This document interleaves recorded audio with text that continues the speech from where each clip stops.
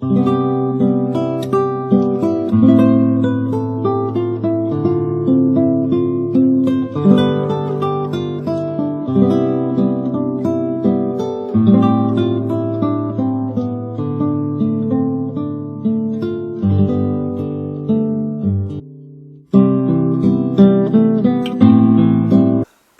noite a todos, que a paz do nosso Mestre Jesus permaneça em nossos corações para todo sempre.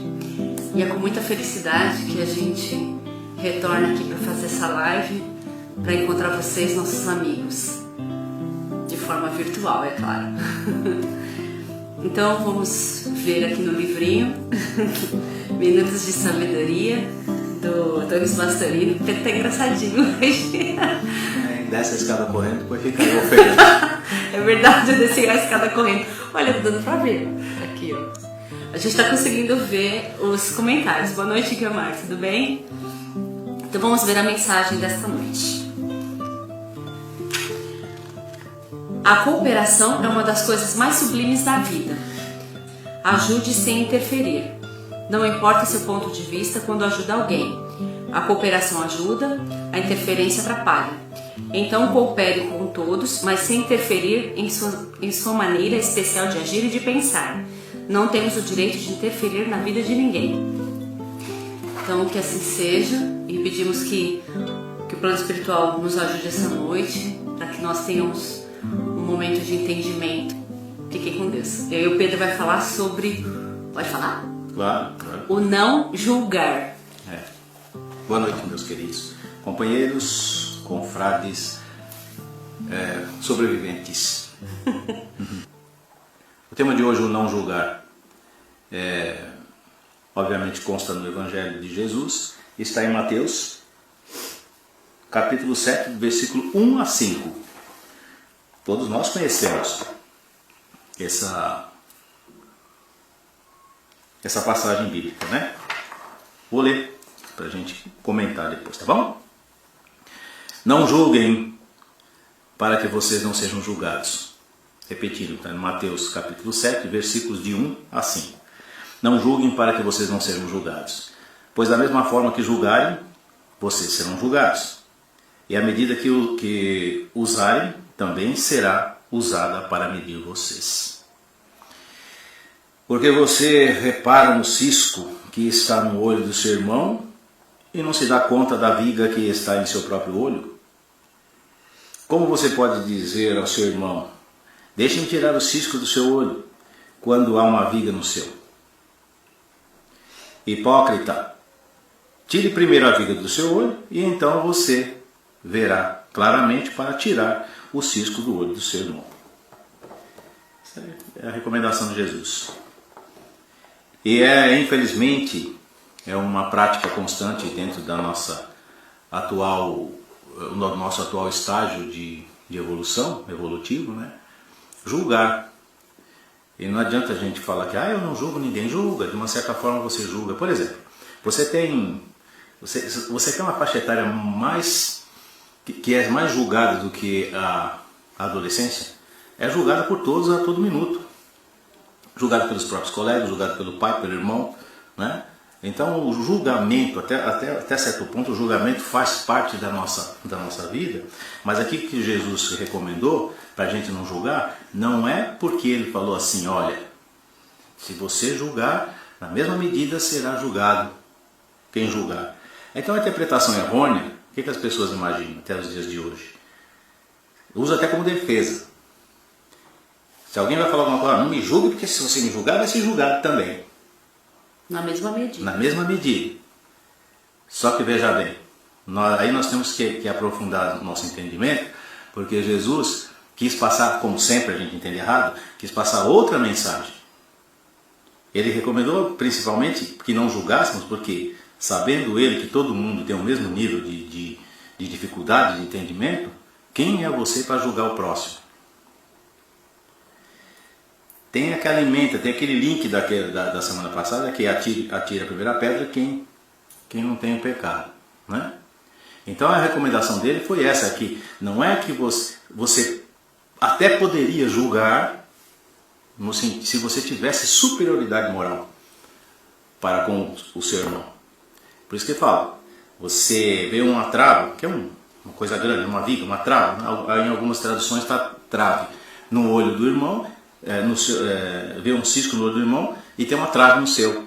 Quer dizer, você não tem condições de julgar. Você não sabe a amplitude do que acontece com aquela pessoa para julgar o seu ato. Você não tem a sabedoria suficiente para julgar aquele ato. É diferente de você recomendar que a pessoa tenha um procedimento correto. Então, se você pega alguém roubando, você não está julgando ele que está roubando. Você está falando, você não pode roubar. Isso não é julgamento. Ou então, é feio roubar. Isso não é julgamento, você está ajudando a pessoa a se endireitar. Mas vamos ver aqui dentro do Espiritismo o texto que fala sobre isso, né? A recomendação que Jesus nos fez, descrita em Mateus: não julgueis para que não sejais julgados, porque com o juízo com que julgardes sereis julgados, e com a medida com que tiverdes medido vos hão de medir a vós, costuma ser interpretada como um alerta para o fato de que, em nosso grau de evolução, não temos condições de emitir um julgamento de maneira justa e imparcial. Exatamente porque nosso ponto de vista é ainda muito limitado, ou seja, não estamos de posse de todos os fatos referentes ao acontecimento e não possuímos uma visão real da situação. Assim, para que não cairmos em erro, seria prudente, então, abstermos-nos de julgar. Em outras palavras, se a gente tiver que emitir alguma opinião sobre um determinado assunto, temos que ter o conhecimento total do que levou aquela pessoa a agir daquela forma ou agir de acordo com o nosso entendimento, ou agir de acordo com a minha vontade. Você tem que se abster de tudo isso. Tem que ser imparcial.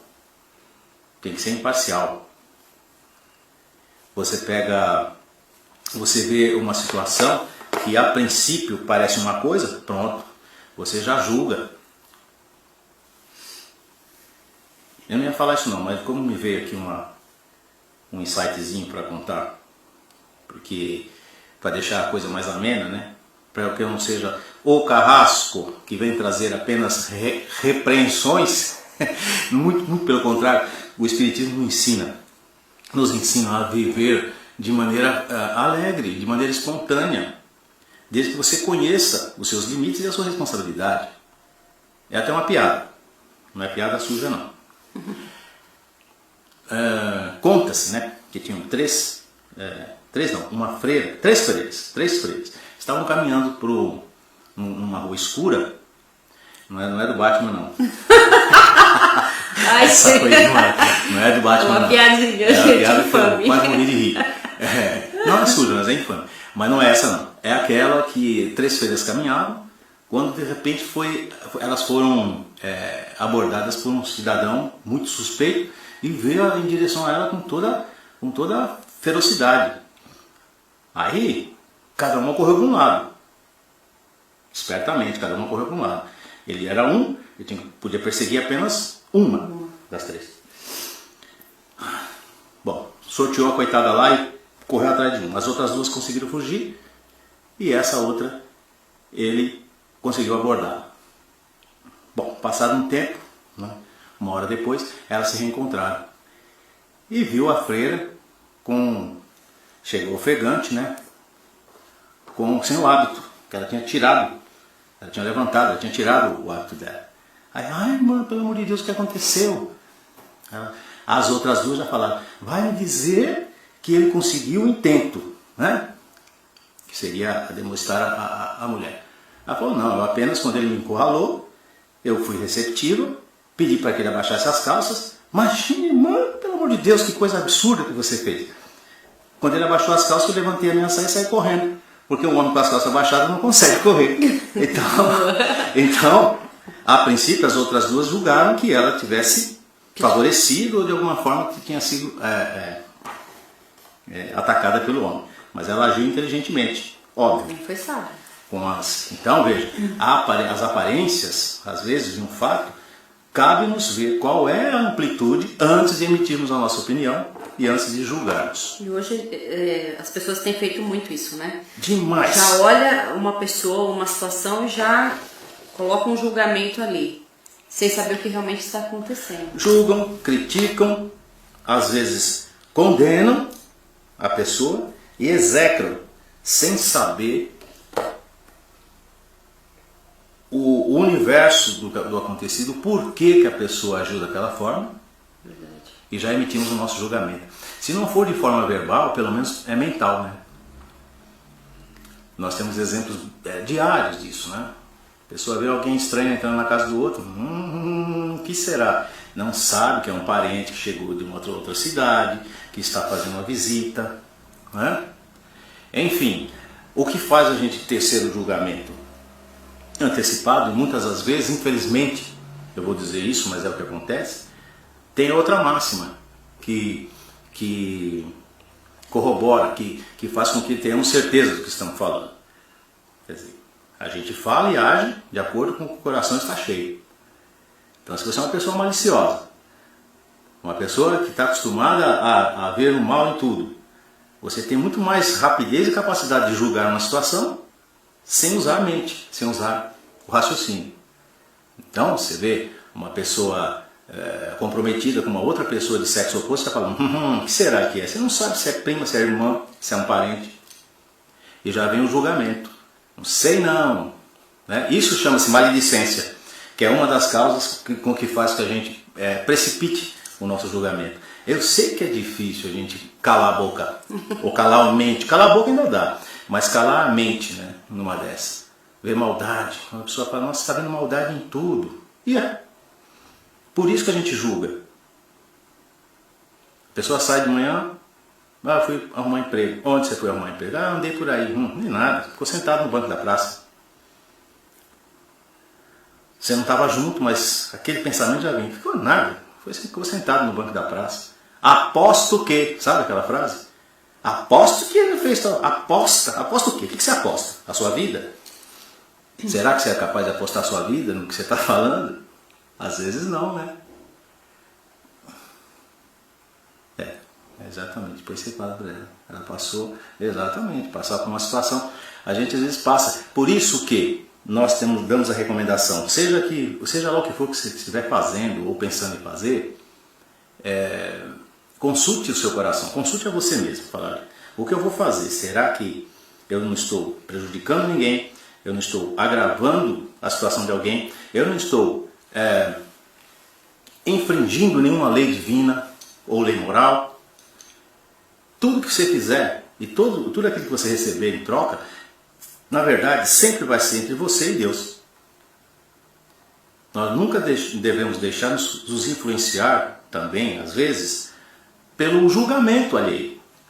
Porque ele não sabe o que vai no seu coração. Então, se você chega às vezes e fala assim, eu estou querendo trocar de alguma coisa, seja lá o que for, de emprego, de namorada, sei lá o que, ou eu não quero mais aquela pessoa, já vem um julgamento, arrumou outra, ou arrumou outro.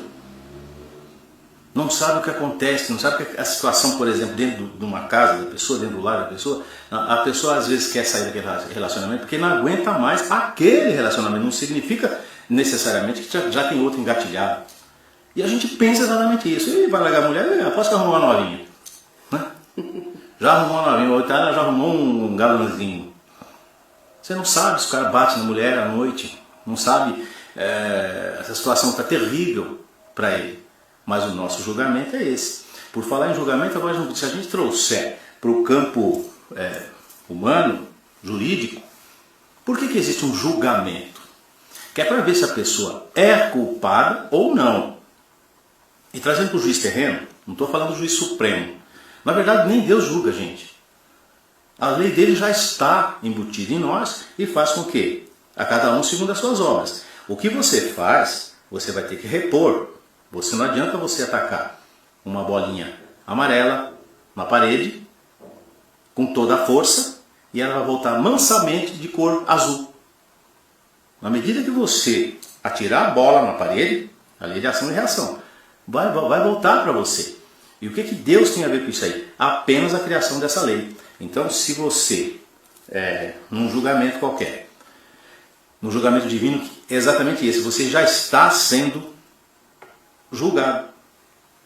E nunca condenado. Aí é que está. Você vai passar por uma situação de reposição do estado e que você, infringindo uma lei, destruiu. Isso é justiça. Agora vamos imaginar a lei humana, que é falha. Só um detalhe, a divindade de Deus não é falha, mas a humana é falha. Nós vemos aí alguns casos que houve injustiça no julgamento dele, não apresentaram provas contra ele. Exatamente isso, provas. Então imagine alguém acusado de um furto. O juiz vai analisar o quê? As provas materiais, circunstanciais, que foi trazido ao tribunal, para que ele julgue se aquele indivíduo é culpado ou inocente daquele delito que está sendo acusado. Ele está fazendo um julgamento. E desde em quando julgamento redunda sempre em condenação. Você pode ser julgado e absolvido. É o mesmo que acontece na nossa vida aqui. Você pode julgar uma pessoa que você descobre que o que você estava pensando não passava de uma maledicência. O tribunal da sua consciência absolve aquela pessoa. Agora vamos imaginar que você, além de julgar, agiu de maneira a condenar aquela pessoa. Caso muito comum, às vezes, a pessoa esquecida, está num grupo de pessoas lá, perde o celular e já sai acusando. Quem roubou meu celular? Está no bolso da calça dele de trás, o distraído. Mas ele já lançou aquele negócio. Quem roubou meu celular? Ouviu alguém passando naquele momento? Só pode ter sido ele, porque o um que entrou foi ele. Sabe? São coisas que a gente tem um hábito, mau hábito. Por isso que a gente está aqui de novo. Né? Então o que a gente tem que fazer? Quando a gente vai aprendendo dentro do Espiritismo ou qualquer outra religião que ensine dessa forma, claro, né? Você vai se livrando da carga. Você vai ficando mais leve. E toda vez que você fica mais leve, você tem mais mobilidade. Não é? Por isso que o número certo da nossa camisa. Né? Você põe uma camisa mais curta, você vai ficar meio... Põe uma larga, você fica meio folgadão, fica parecendo um balão. E põe a mais apertada, você não tem mobilidade. Já tentaram levantar a mão com uma camisa que não serve mais, ou uma blusa? Ou tentar pôr uma calça que não serve mais porque engordou? Na quarentena, principalmente. Fica mais difícil. Então é isso, com as nossas más tendências acontece a mesma coisa.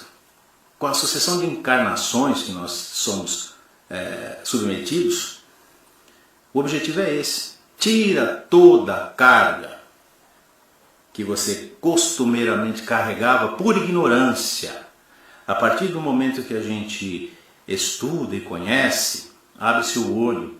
Abrindo o olho, você passa a agir diferente. Agindo diferente, você descarrega essa gama de imperfeições. Vai tirando. Mas e o que eu fiz? Com certeza tem a lei do retorno. Não adianta você falar assim, eu não sabia, mas agora sabe. Por que acontece o saber? Daqui para frente não faz mais. Mas o que eu fiz, mesmo ignorantemente, mesmo ignorando lá atrás, não tem como. A justiça de Deus, ela é perfeita. Você tem a oportunidade de retomar, de recolocar aquilo que você tirou, de você ou de outrem. E o julgamento, Jesus sabiamente e amorosamente, como sempre, nos recomendou. Não faz isso. Tipo assim, não faz isso, meu filho, que você não sabe o que você está falando, o que você está fazendo.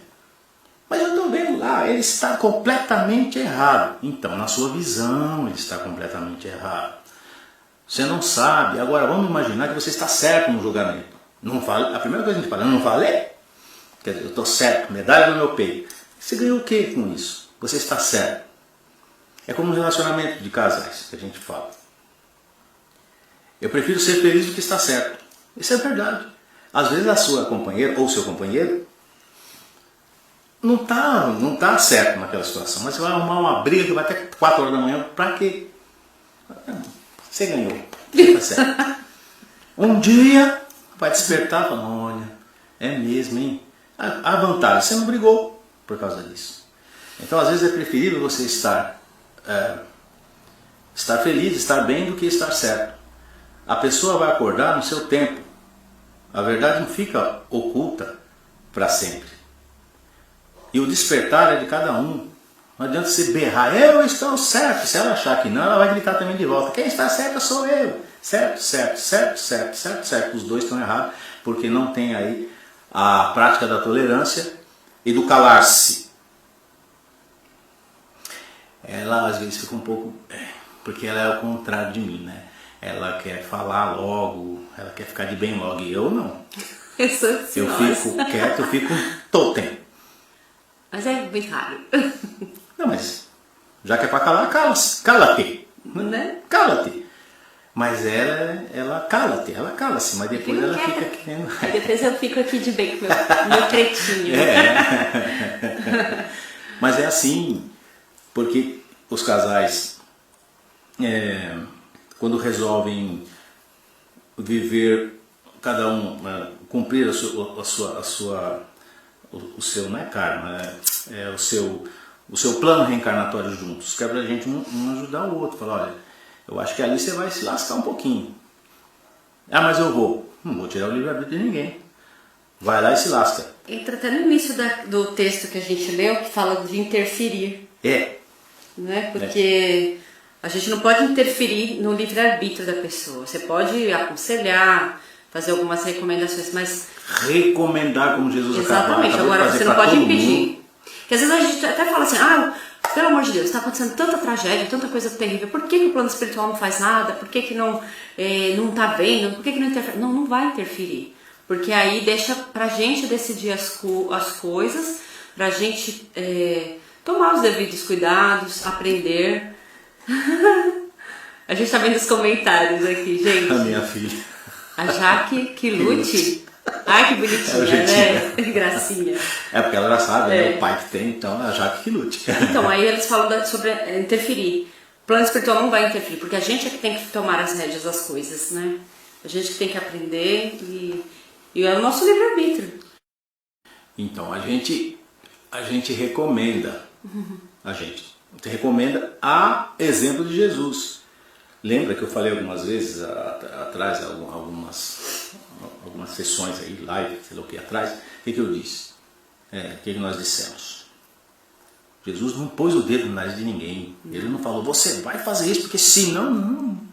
Só recomenda. Só que nós, com esse abismo que temos em relação à moral cristã, à moral de Cristo, à moral de Jesus, a gente é impaciente, né? Eu não falei para você que ia dar errado? Eu já te disse, eu sabia. Não. Esses termos, né? Ao invés de estimular a pessoa a repensar o que está fazendo, né? Acaba de afundar, acaba de desanimar a pessoa ou fazendo com que ela não reconheça o erro. Gente, reconhecer um erro, pensa que é fácil, né? Você vê, um erro acadêmico, quando você vai lá fazer uma prova e tira um 2, você já volta chorando, né? Você fala, não, o que fica... Estudei tanto de forma errada, às vezes, né? Estudei de forma errada. Ou teve uma ansiedade, ou teve uma dor de barriga, sei lá o que, e foi mal na prova. Aí você não fica conformado, fala, caramba, meu, por que eu errei tanto? Mesma coisa aqui na nossa vida, no dia a dia, né? Nós não temos que ter medo de errar. Nós temos que ter maneiras, criar processos, inclusive dentro do Evangelho, que a gente erre menos. E se eu sei que eu não posso julgar, por que eu tenho essa mania de estar fazendo isso? Né? Podemos sim abandonar isso daí. A hora que começar, lembra. Eu ia falar isso, mas melhor não. Ou então depois que tiver todos os elementos e alguém vem te pedir um conselho, procure saber todos os elementos. Fala, olha, eu acho que se você agisse dessa forma, mas aí veja bem, o que você vai ter que estar passando para a pessoa? Experiência. Se você não tiver, não adianta, você não vai poder passar para a pessoa. Daí a importância secular dos mais velhos. Mas não dos mais velhos enrugados que não fizeram nada na vida, dos mais velhos com experiência de vida. Por isso que o povo oriental vai lá, reverencia e pergunta para o mais velho: mestre, o que devo fazer aqui? O mestre de posse de todos os elementos e hipóteses colocada a seu dispor, ele vai emitir uma opinião, de preferência bondosa. Como eu estava falando do juiz de direito, quando a pessoa é julgada, o que ele analisa? Provas.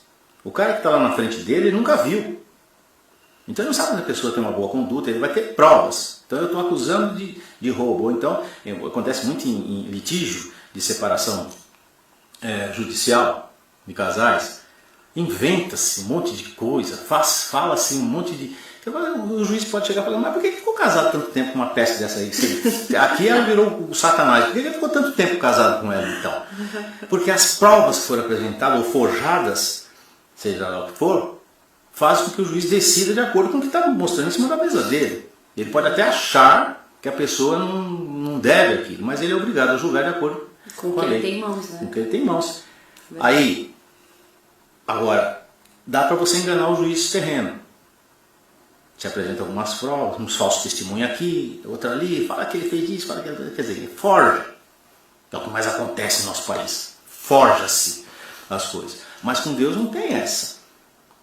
A lei dele não tem, tanto é que não precisa nem de advogado e nem de promotor. Tem uma coisa que nós nascemos com ela, que é chamada consciência. E as leis divinas não tem emenda, não tem PEC, não tem proposta de mudança no Senado. Né? Não tem. É aquilo e cabe a você o quê?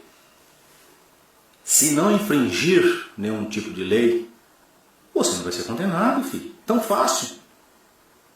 Se você seguir as recomendações do nosso advogado perante a Deus, que é Jesus, você não vai ser acusado de muitas coisas. Isso, é para isso que nós estamos aqui. Para aprendermos a viver. Acredita nisso? Veja bem. Vamos ler. Podemos, porém, ampliar essa interpretação, aquela do começo do texto que eu coloquei aqui, e compreendermos que Jesus poderia igualmente estar nos alertando para o fato de que não existe, em realidade, aquilo que costumamos chamar de juízo de valores. Pelo menos não como entendemos, ou seja, não devemos julgar porque o critério que comumente utilizamos para definir o que é bem e mal não está exatamente de acordo com a realidade. Se analisado do ponto de vista da vida eterna e do Espírito. Isso porque somos ainda imperfeitos. Pronto. Então essa recomendação de Jesus não é para que não julguemos. Você pode até julgar, desde que você tenha a capacidade plena para tal. Mas eu não tenho, então não julgo. Pronto. Olha como é simples.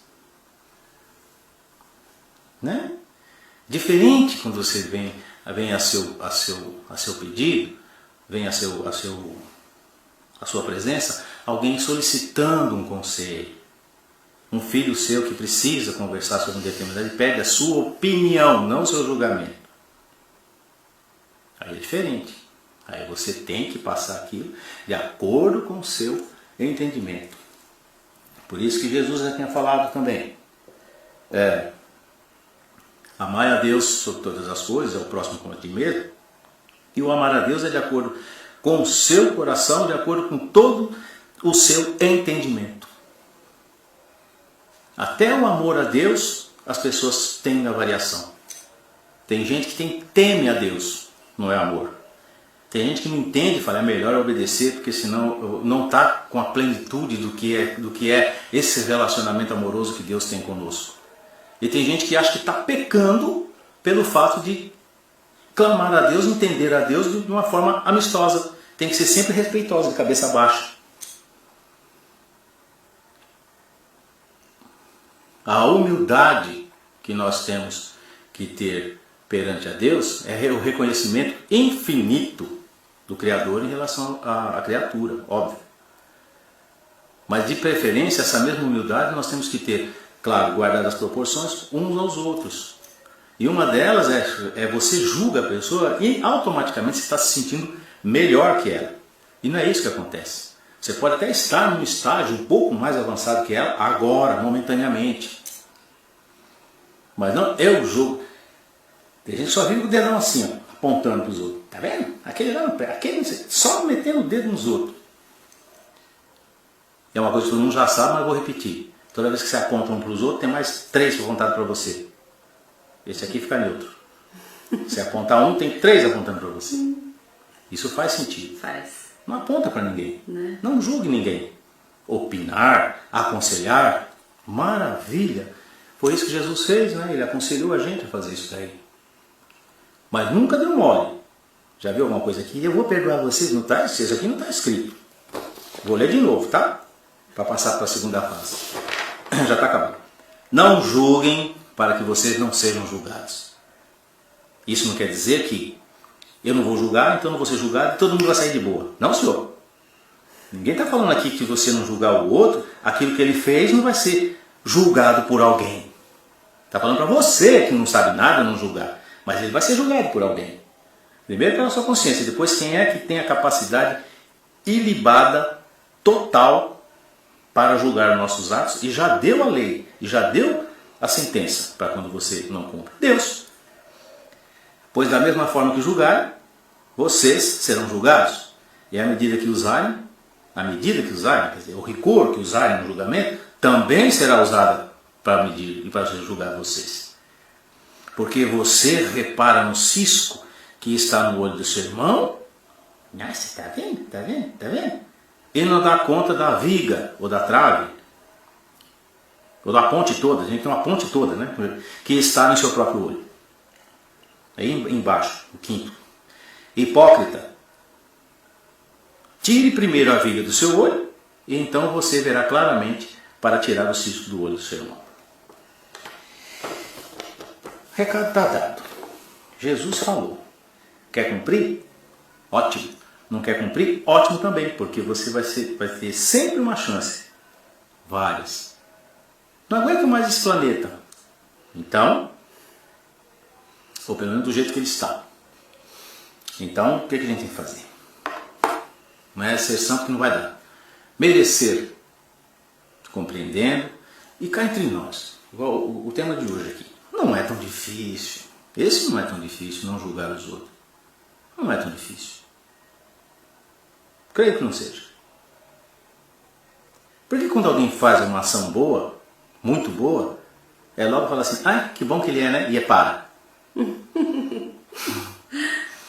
Quando faz alguma coisa ruim, nossa, haja adjetivo, o assunto estica.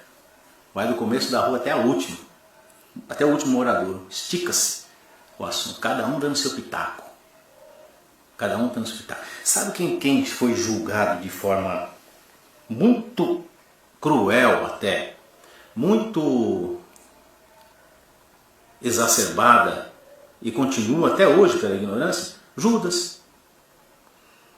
Nossa, é verdade, Judas. Até hoje ele é julgado e condenado na mente das pessoas, malhado simbolicamente no dia de Judas, no dia da Páscoa. Da Páscoa. No sábado de Aleluia. Né? Sábado de Aleluia. Judas virou alcunha de gente que trai os outros, né? Até ele não é esquecido, o Espírito sofre muito com isso. E se nós formos estudar o momento que se vivia na Galileia, na Judéia, enfim, com os abusos dos romanos, você absolve Judas. Que ele não é aquilo que as pessoas pensam que ele foi. Pedro negou Cristo 3 vezes. E todo mundo correu. E todo mundo vazou. E todo mundo correu. Ninguém. Só acho que João que ficou. E foi esquecido imediatamente. Ninguém fala que Pedrinho foi meio covardão, né? Não. Jesus já sabia tanto que Pedro ia negar como Judas ia negar. E ele até já comentou na ceia, né? Ele acabou de sair, vai lá, faz o que tem que fazer, porque... Acho que ali foi um erro também de interpretação. Claro. E foi, como eu falei, foi muita coisa com um coitado só. Muita coisa com um coitado só.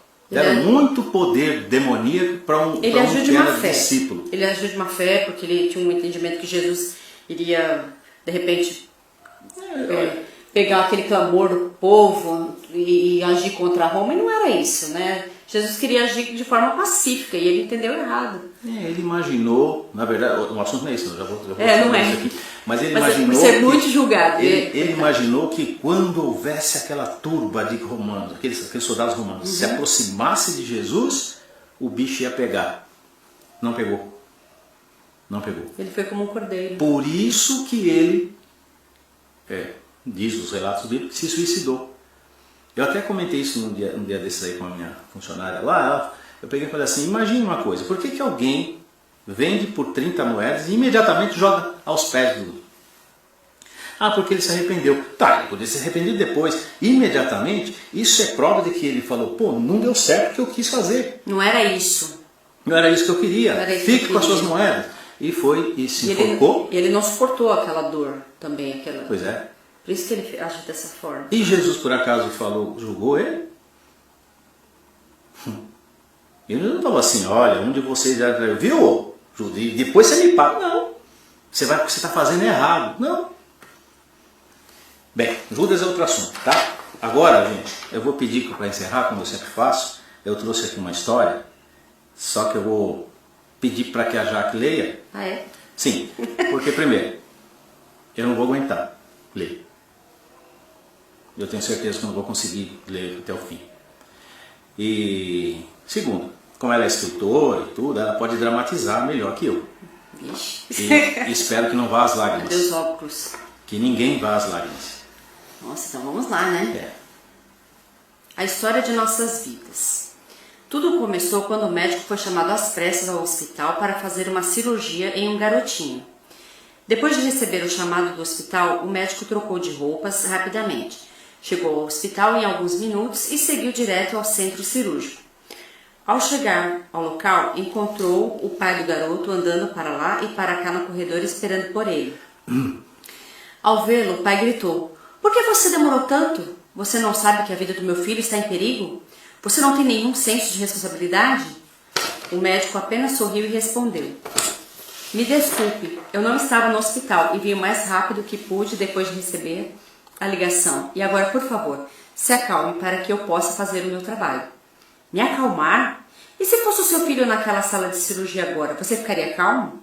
Se o seu próprio filho morre enquanto espera pelo médico, o que você faz?" respondeu nervosamente o pai.